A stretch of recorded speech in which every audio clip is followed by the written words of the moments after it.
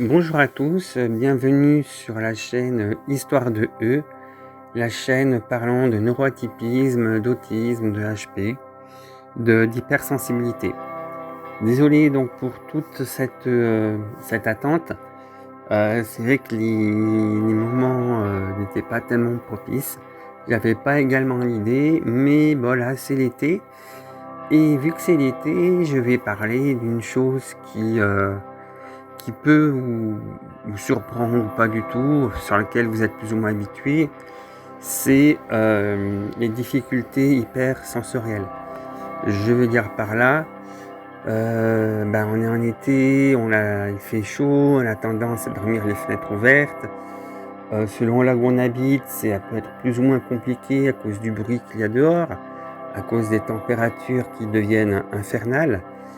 Et donc tout ça en fait, mis bout à bout, ça n'aide pas et ça aide pas les personnes hypersensitives. Quand on est neuroatypique, quand on est autiste, on peut plus ou moins effectivement sentir à plus ou moins forte amplitude l'extérieur, donc que ce soit les personnes qui nous entourent, que ce soit le son, que ce soit la chaleur, que ce soit même le froid de l'hiver. Tout ça en fait, ça nous affecte et ça vient rajouter une couche sur les stimulations extérieures, que l'on doit essayer de faire tant bien que mal avec.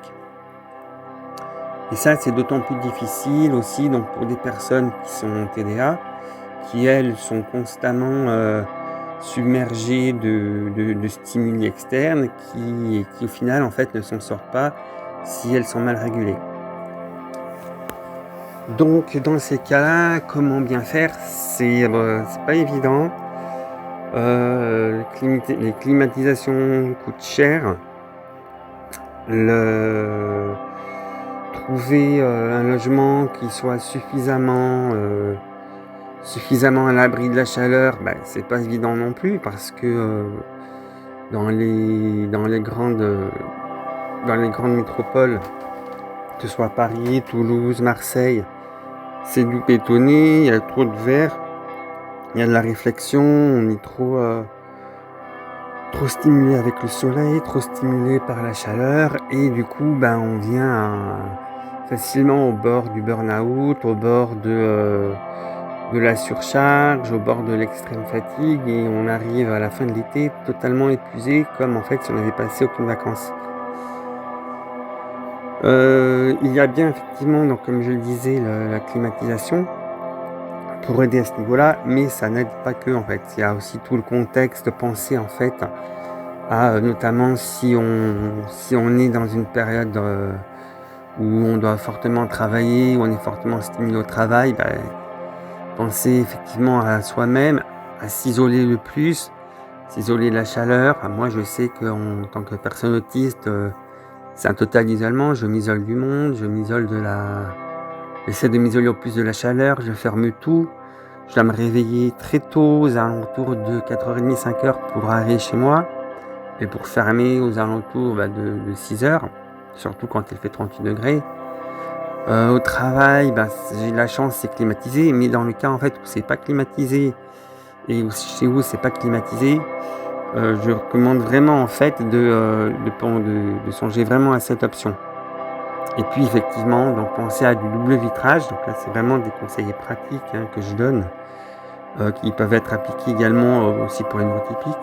Et le double vitrage, ça aide. En plus de ventilateurs, de choses comme ça.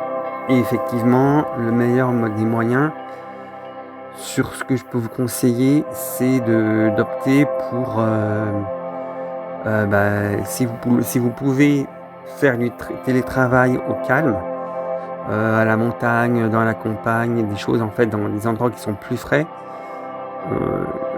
Je conseille surtout la montagne en fait pour les personnes autistes. Moi j'ai de la chance, j'ai des parents qui vivent à la montagne, à plus de 1300 mètres d'altitude, donc quand dans les grandes villes il fait 40, maximum ici j'ai du 29.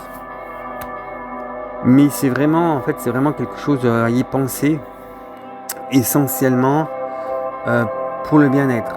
Parce que ne pas pouvoir dormir de la nuit, ne pas pouvoir se reposer, ne pas être toujours avoir subir les énormes chaleurs. Je reviens à parler de ce que j'avais parlé lors d'un